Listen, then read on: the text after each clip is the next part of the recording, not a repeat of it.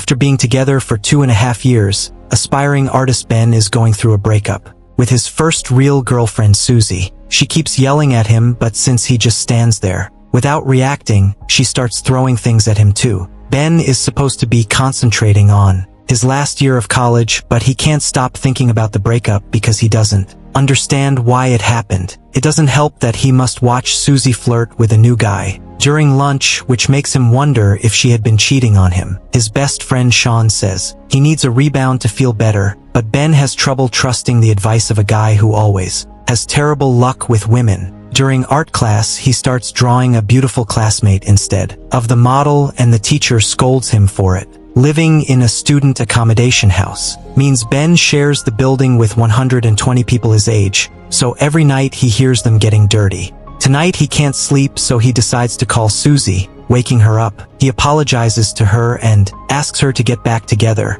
but she turns him down and mentions the new guy. Afterward, Ben still can't sleep and starts looking at his pictures with Susie. He considers burning them, but can't bring himself to do it. As days pass, Ben develops insomnia. He tries a bunch of methods to try to sleep, but nothing works, and even though he chooses different activities to keep himself busy, his thoughts keep going back to Susie. One evening, he's getting snacks at the grocery store and notices that they're looking for employees for the night shift. He fills in an application and ends up zoning out during the interview, but he gets the job anyway. Now Ben can start using his insomnia to make some money. One of his coworkers is Sharon, the cashier, who is very nice and welcoming. One night she arrives late and their boss Jenkins scolds her, but Ben can't help noticing him getting a little handsy. The job ends up being pretty boring, so Ben keeps zoning out and staring at the clients, so Jenkins has to constantly scold him too. Sharon keeps her watch covered with tape and avoids looking at the store clock because looking at the time makes it feel slower. Ben's other coworker is Barry,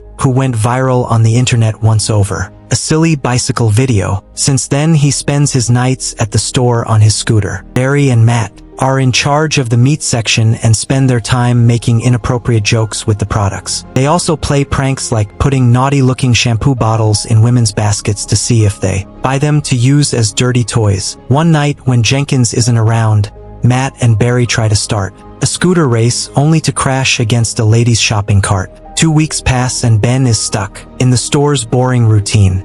Desperate to find a way to make his 8-hour shifts feel shorter, he starts imagining that he can freeze time as if pausing it with a remote. He pictures himself walking among all the clients without being judged or stared at, but he can stare at the women he finds hot all he wants. While doing all this daydreaming, Ben also thinks about his past and how he became interested in capturing beauty with his art. When he was a child, his parents took in a foreign student who liked to walk around the house with no clothes on. Seeing her bare form woke something up in him, and back then he wished he could stop time to stare at her forever. Now he keeps imagining how useful it would be to be able to stop time. He could undress the store clients and draw them to his heart's content, admiring their beauty without reservations or judgment. He could fill a whole sketchbook just with random women doing their shopping, and he would make sure to fix their clothes afterward. Ben would also use the chance to play pranks like putting Jenkins under falling objects. During the day, Sean visits Ben and gets him to talk about Susie, but Ben is tired because he's sharing the same feelings over and over, yet it doesn't help with his heartbreak.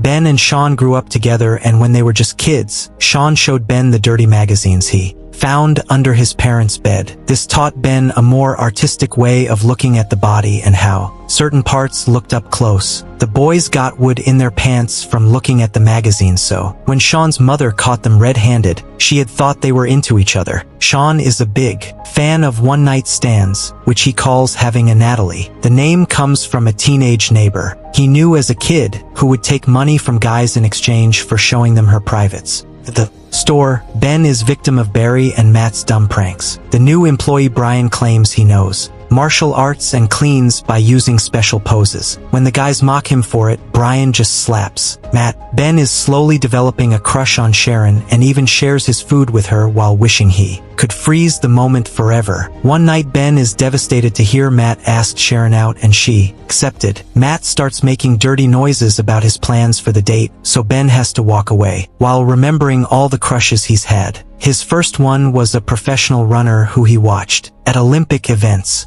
He was attracted to her because she ran barefoot. His second crush was his biology teacher because Ben liked the very tight sweaters and pretty skirts she wore. The biggest crush of all had been a classmate named Tanya. One day she broke her arm and came to class with a cast, so Ben enjoyed watching her struggle with it or find ways to take care of her itch. When Tanya asked him to sign the cast, Ben only drew an X. After the cast came off, her arm was covered in hair and the other boys mocked her for it. Ben comforted her and told her she was still beautiful, so she agreed to be his girlfriend. When Tanya asked him for their first kiss, Ben panicked and told her to meet him the next day. He was hoping that coming to school on a Saturday without anyone around would make the moment more romantic. However, Tanya didn't show up for the kiss and didn't come to class ever again because the family moved out of the country. In the present, Ben and Sean are playing chess and Sean can tell Ben is still not well because he's losing. Ben shares the situation with Sharon and Sean advises him not to lose hope since only one date doesn't mean anything. But Ben knows Sean gets handsy on the first date, so his advice means nothing. The next day, when the night shift begins, Matt tells the group all the details about his date with Sharon, including a description of her bare body. The conversation is interrupted by Jenkins, who announces they'll be playing a soccer match against the employees from another branch next weekend. When the day comes, Sharon shows up to support them and Ben has to watch how Matt keeps flirting with her. The other team has nice uniforms and good communication, so Ben's group doesn't have much hope. When the match finally begins, the other team immediately proves to be superior. Ben's group keeps falling and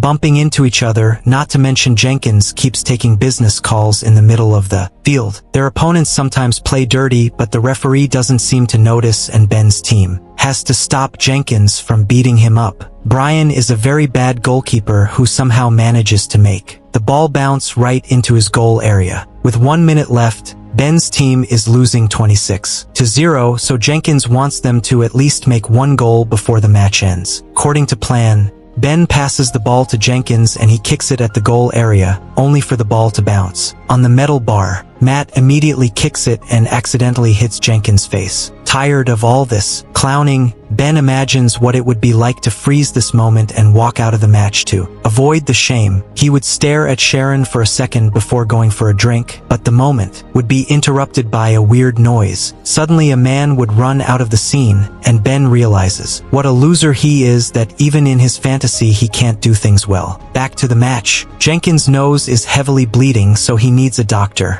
Before driving his boss to the hospital, Matt asks Ben to take Sharon home. However, the duo ends up at a cafe. Ben asks Sharon about her relationship with Matt, but she says they only went to the movies as friends. She's horrified to hear the lies Matt has been saying and explains she's single because her last boyfriend moved to the USA. In return, Ben tells her about Susie. They chat for a while about their life choices, college, and their dreams for the future. Sharon thinks painters are romantic because they can see the beauty in everything. Later, when Ben takes Sharon home, they both feel rather awkward, so their attempt at kissing fails and it ends up being a kiss on the cheek. The following night, Jenkins comes to work with a cervical collar and bandages on his face. He claims he doesn't feel any pain and announces he'll be having a birthday party. Sharon asks Ben to be her date for the party and he agrees. In private, Jenkins tells the boys he wants a dirty dancer for his party and asks Ben to hire one. The next afternoon, Ben asks Sean for help and he agrees as long as he gets to attend the party too. The duo goes to a bar and has a beer while watching the dancer, who is a bit lame. While Sean negotiates with her, Ben can't help imagining Sharon as an exotic dancer too. No matter how many days or weeks pass, Ben still can't sleep even though he doesn't think about Susie much anymore. During his night shifts, he keeps imagining he has time-stopping powers, but now instead of looking at random women, he stares at Sharon and fantasizes about having all the time in the world to make hundreds of paintings of her. The night before the party, Sharon confirms they're going together and kisses Ben before leaving the store. This heals Ben's heartbreak and he can finally sleep again. The next day, he gets a call from a gallery saying they want to have his art Ben gets excited, unaware this is another prank from Barry and Matt. Moments before the party, everyone starts getting ready and spends a ridiculous amount of time in front of the mirror. Ben picks Sharon up as promised, and Sean shows up with his current fling. To Ben's shock, Susie is at the party as well because Jenkins is her boyfriend's brother. They have an awkward but well-mannered greeting, and Ben manages to ignore her without feeling bad. When the naughty dancer finally arrives, she offers a good show for Jenkins, but her bodyguard prevents him from touching her. Sean records the whole thing, and when the dancer turns toward the camera, he realizes this is his old neighbor Natalie, so he invites her to stay for a drink. Meanwhile, Jenkins tries to kiss Sharon and invites her to his room. Sharon keeps turning him down, yet Jenkins still gets handsy. When he force feeds her some popcorn, she spits it back into his mouth and leaves the room, not noticing Jenkins choking. Upstairs, Ben bumps into Susie, and she apologizes for everything again. She says she can't stop thinking about him and kisses him, just in time for Sharon to see them. Sharon turns around to leave so she doesn't notice Ben pushing Susie off him. When Ben realizes what Sharon saw, he wishes he could stop time or even rewind it to do things correctly. He keeps thinking of something he could say to make her stay, but there's nothing he can do, and Sharon leaves the party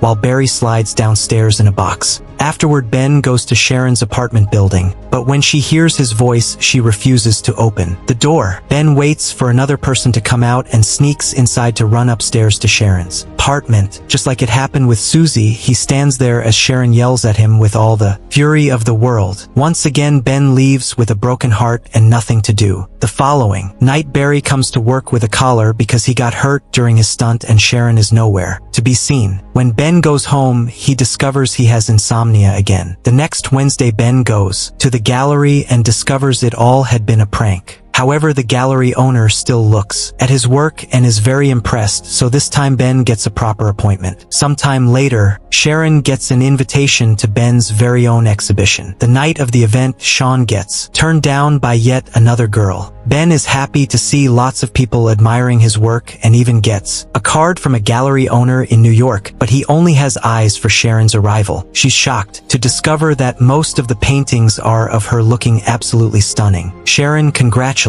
Ben for his success and explains she got a new job at a travel agency. Ben apologizes about the party incident, and Sharon points out the paintings speak for themselves. At that moment, Ben kisses Sharon and pretends to stop time, but he leaves Sharon unfrozen so they can go outside. The snow has stopped falling midway, and now the couple can kiss with a beautiful sight surrounding them.